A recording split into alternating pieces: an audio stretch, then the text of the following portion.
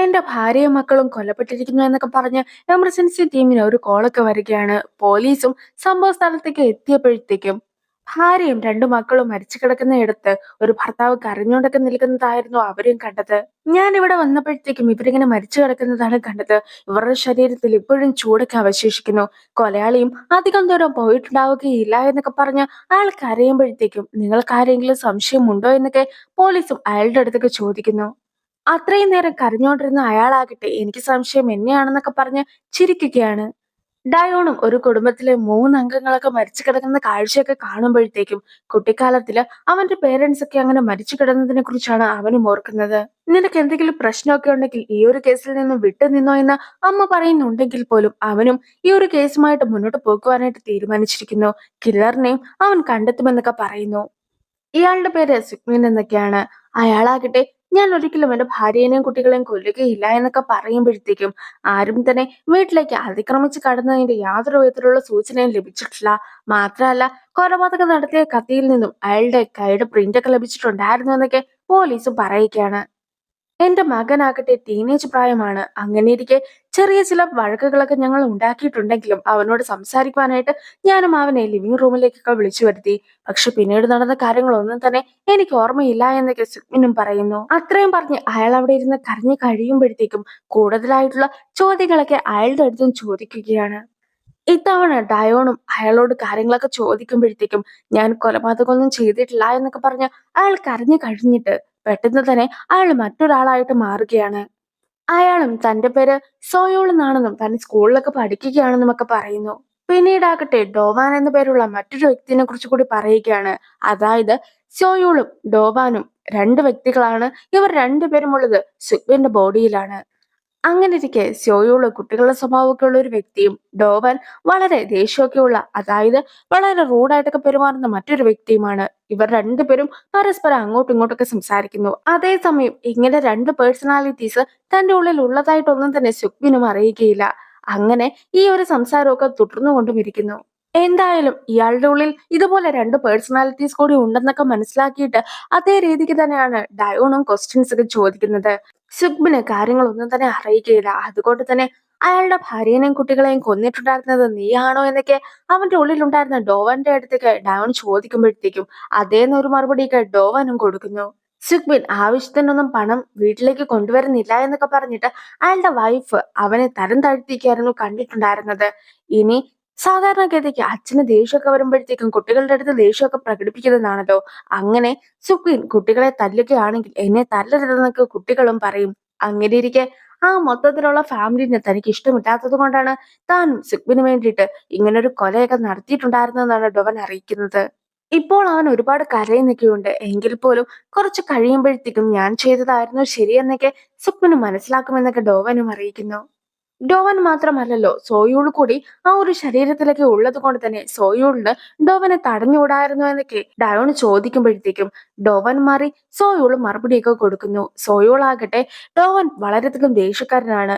അവന്റെ അടുത്ത് എനിക്ക് വളരെ പേടിയൊക്കെ ആയിരുന്നു. ഞാനും ഇങ്ങനൊരു കൊലപാതകമൊക്കെ ചെയ്യരുതെന്ന് പറഞ്ഞിട്ടുണ്ടായിരുന്നെങ്കിലും പേടി കാരണം എനിക്ക് തടയുവാനായിട്ട് സാധിച്ചില്ല എന്നൊക്കെ പറയുന്നു. ഇതിനു മുമ്പും സുക്മിൻ വൈഫിനെയും കുട്ടികളെയൊക്കെ തല്ലിയിട്ടുണ്ട് എന്നും ആ ഒരു കേസൊക്കെ പോലീസ് സ്റ്റേഷൻ വരെ എത്തിയിട്ടുണ്ട് എന്നുമൊക്കെ ടൗൺ പറയുമ്പോഴാകട്ടെ ആ ഒരു തല്ലൊക്കെ കൊടുത്തിട്ടുണ്ടായിരുന്നത് ഡോവൻ ആണ് എന്ന് സമ്മതിക്കുന്നുണ്ട്. ഡോവൻ ഓരോ സമയത്ത് ദേഷ്യപ്പെട്ട് സംസാരിക്കുമ്പോഴും കുട്ടികളുടെ സ്വഭാവമുള്ള സോയോളാകട്ടെ എന്നോട് ക്ഷമിക്കണമെന്നൊക്കെ പറയുന്നു. പക്ഷെ ഇതൊന്നും തന്നെ ഡോവൻ ഇഷ്ടപ്പെട്ടത് ഡോവനും സ്വയം തല്ലുകയാണ്, അതായത് സോയോളുടെയും തല്ലുകയാണ്. അങ്ങനെ അയാളും നിലത്തൊക്കെ വീണ് കഴിഞ്ഞിട്ട് പിന്നീട് കണ്ണൊക്കെ തുറക്കുമ്പോഴത്തേക്കും സുക്വിനായിട്ടാണ് ഇരിക്കുന്നത്. അതായത് ആ ബോഡിയുടെ റിയൽ ആയിട്ടുള്ള ഓണർ ആയിട്ടാണ് പെരുമാറുന്നത്. സുഗ്മിന് ശരിക്കും മൾട്ടിപ്പിൾ പേഴ്സണാലിറ്റി ഡിസോർഡർ ഉണ്ടോ എന്നൊരു സംശയത്തിലൊക്കെയാണ് പോലീസ് ഉള്ളത്. അതേസമയം ഇത്രത്തോളം കാര്യങ്ങളൊക്കെ ചെയ്തിട്ടുള്ള അവൻ ആക്ട് ചെയ്യുന്നതെന്ന് വിശ്വസിക്കാനോ അവർക്ക് സാധിക്കുന്നില്ല. ഡോക്ടറാകട്ടെ വലിയൊരു പരിശോധനയൊക്കെ നടത്തിയാൽ മാത്രമേ ഈ ഒരു കാര്യം ഉറപ്പിക്കുവാനായിട്ട് സാധിക്കുകയുള്ളൂ എന്ന് അറിയിച്ചിട്ടുമുണ്ട്. ഇപ്പോൾ സുഗ്മിനായിട്ട് മാറിയിട്ടുള്ളത് കൊണ്ട് തന്നെ സുഗ്മിന്റെ അടുത്ത് ഡയോണും കുറച്ച് കാര്യങ്ങളൊക്കെ പറയുകയാണ്. നിന്റെ ബോഡിയിൽ 2 പേരുണ്ട്. ആദ്യം ചോദ്യമൊക്കെ ചെയ്യുവാനായിട്ട് തുടങ്ങിയ സമയത്ത് നീയായിരുന്നു എന്റെ മുമ്പിൽ ഉണ്ടായിരുന്നതെങ്കിലും പിന്നീട് അത് സ്യോയുളായി മാറി. അങ്ങനെ ഇരിക്കെ ഞാൻ ഓഫീസർ ആണ് എന്നും പോലീസ് സ്റ്റേഷനിലാണ് അവൻ ഇപ്പോൾ ഉള്ളതെന്നും ഞാൻ പറയാതെ തന്നെ അവൻ അറിഞ്ഞു. അങ്ങനെയിരിക്കെ ഇതെല്ലാം തന്നെ ഒരു കള്ളത്തരമൊക്കെ അല്ലേ എന്നൊരു സംശയത്തിലേക്കാണ് ഡയോണും ചോദിക്കുന്നത്. പക്ഷെ ഒരുപാട് മൂവീസിലും മറ്റുമൊക്കെ ചോദ്യം ചെയ്യുവാനായിട്ട് പോലീസുകാർ ഇതുപോലത്തെ സ്ഥലത്തൊക്കെയാണല്ലോ ഇരുത്താറുള്ളത്. അതുകൊണ്ട് തന്നെ അയാളും അങ്ങനെ തിരിച്ചറിഞ്ഞതാകുവാനാണ് സാധ്യത എന്നൊക്കെ സുക്മിനും പറയുന്നു.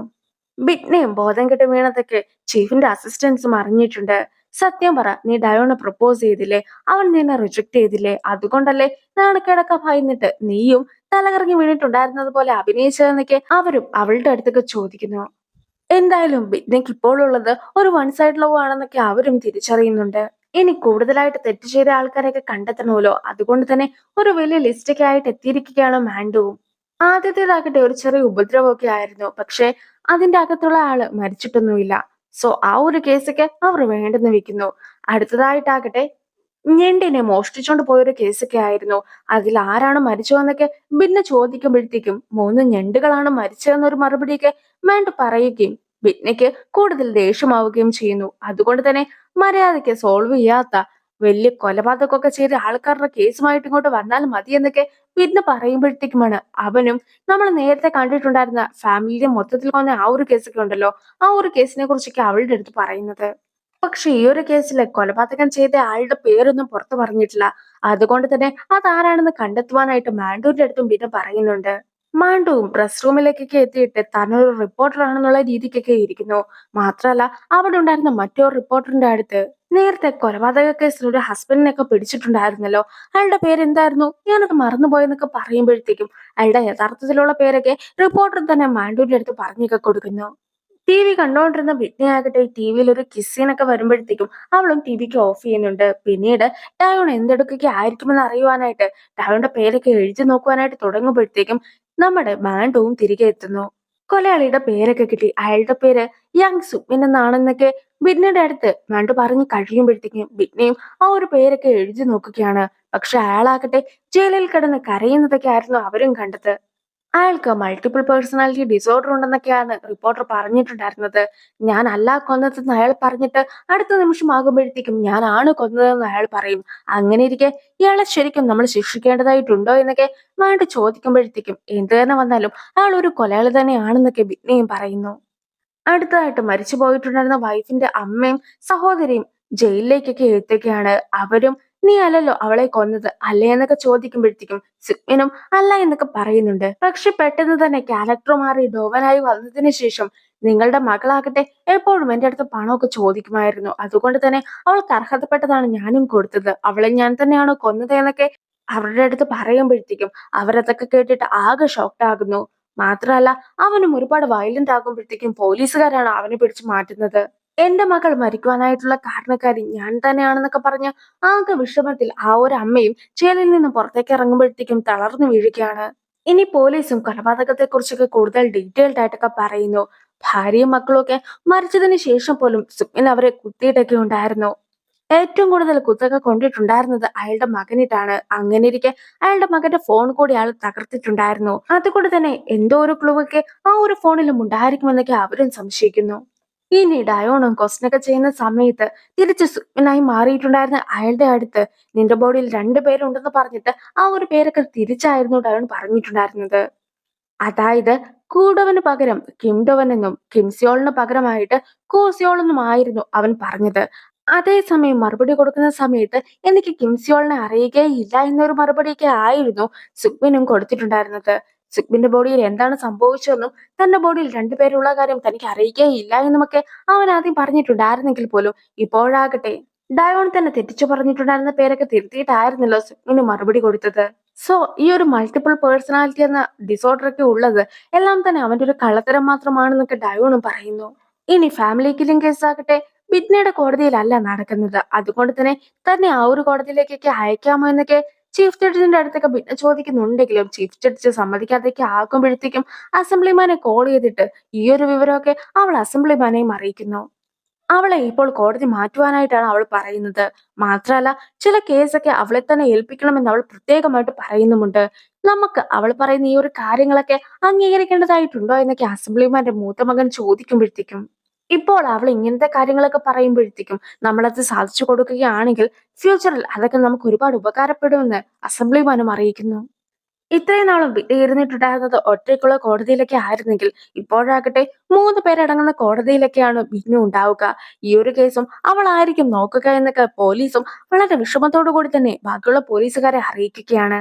ഇനി ബിഗ്നയുടെ കൂടെയുള്ള 2 ജഡ്ജിമാര് ബിഗ്നയെ കാണുവാനായിട്ട് വരുമ്പോഴത്തേക്കും നിങ്ങൾ ഒരു കാര്യവും പറയുകയോ ചെയ്യുകയോ ചെയ്യരുത്, ഞാൻ തന്നെ എല്ലാ കാര്യങ്ങളും നോക്കിക്കോളാമെന്നായിരുന്നു അവരുടെ അടുത്തും പറഞ്ഞിട്ടുണ്ടായിരുന്നത്. എല്ലാ തവണയും ബിഗ്നയുടെ പിറകെയൊക്കെ ഡയോൺ വരുമെങ്കിൽ പോലും ഇപ്പോൾ ബിഗ്നയുടെ പിറകെ ഒന്നും അവനെ കാണാത്തത് കൊണ്ട് തന്നെ ബിഗ്നയും അവൻ വരുന്നത് വരെ വെയിറ്റ് ഒക്കെ ചെയ്യുന്നുണ്ട്. കോടതിയിൽ കേസൊക്കെ നടക്കുമ്പോഴത്തേക്കും കൊലയാളിയായിട്ടുള്ള സിഗ്മിന് ഏറ്റവും വലിയ ശിക്ഷ തന്നെ കൊടുക്കണമെന്നൊക്കെ ആയിരുന്നു പ്രോസിക്യൂട്ടർ പറഞ്ഞിട്ടുണ്ടായിരുന്നത്. അതേസമയം സിഗ്മിന്റെ വക്കീലാകട്ടെ അവന് ഓർമ്മക്കുറവും മൾട്ടിപ്പിൾ പേഴ്സണാലിറ്റി ഡിസോർഡറും ഉള്ളതാണ്. അതുകൊണ്ട് തന്നെ അവന് ശിക്ഷയൊന്നും കൊടുക്കാതെ അവനെ വിട്ടയക്കണമെന്നൊക്കെ ആവശ്യപ്പെടുന്നു. ശിക്ഷയൊക്കെ കുറഞ്ഞു കിട്ടുവാനായിട്ട് അവനും വെറുതെ ഇതൊക്കെ അഭിനയിക്കുന്നതാണെന്ന് പ്രോസിക്യൂട്ടർ പറയുമ്പോഴത്തേക്കും പെട്ടെന്ന് തന്നെ സുക്മനു ആളാകെ മാറിയിട്ട് ഡോവനായി മാറുകയാണ്. അങ്ങനെയിരിക്കെ അവിടെ ഉണ്ടായിരുന്ന പലരെയും ഡോവൻ അറ്റാക്ക് ചെയ്യുന്നു. നേരത്തെ പോലീസ് സ്റ്റേഷനിൽ നിന്നും കാണിച്ചിട്ടുണ്ടായിരുന്നത് പോലെ തന്നെ ഡോവനും സോയോളും മാറി മാറി വരികയാണ് അവന്റെ ശരീരത്തിലും. അയാളാകട്ടെ ബിന്നേനെ പോലും ചീത്ത വിളിക്കുന്നുണ്ട്. അയാൾക്ക് എന്തെങ്കിലും പ്രശ്നമുണ്ടോ എന്നൊക്കെ മനസ്സിലാക്കുവാനായിട്ട് വിദഗ്ധമായിട്ടുള്ള ചികിത്സക്കായിട്ടൊക്കെ ആയിരുന്നു ബിന്നെയും അയാളെ പറഞ്ഞയച്ചിട്ടുണ്ടായിരുന്നത്. പക്ഷെ കോടതിയിൽ നിന്നും ഇറങ്ങുമ്പോഴത്തേക്കും മാധ്യമങ്ങൾക്ക് മുമ്പിലും അതുപോലെ തന്നെ വൈഫിന്റെ അമ്മയുടെ മുമ്പിലും ഞാൻ ഒന്നും തന്നെ ചെയ്തിട്ടില്ല, എനിക്കൊന്നും തന്നെ അറിയുകയില്ല എന്നൊക്കെ പറഞ്ഞ് അയാളും കരയുന്നു. നമ്മൾക്ക് ഡയോന്റെ കാര്യത്തിൽ ഒരു തെറ്റൊക്കെ പറ്റിയതാണ്. അങ്ങനെ ഇരിക്കെ വീണ്ടും ഒരു തെറ്റും കൂടി ആവർത്തിക്കുകയാണെങ്കിൽ ബെയില് നമ്മളെ കൊല്ലുന്നതായിരിക്കും.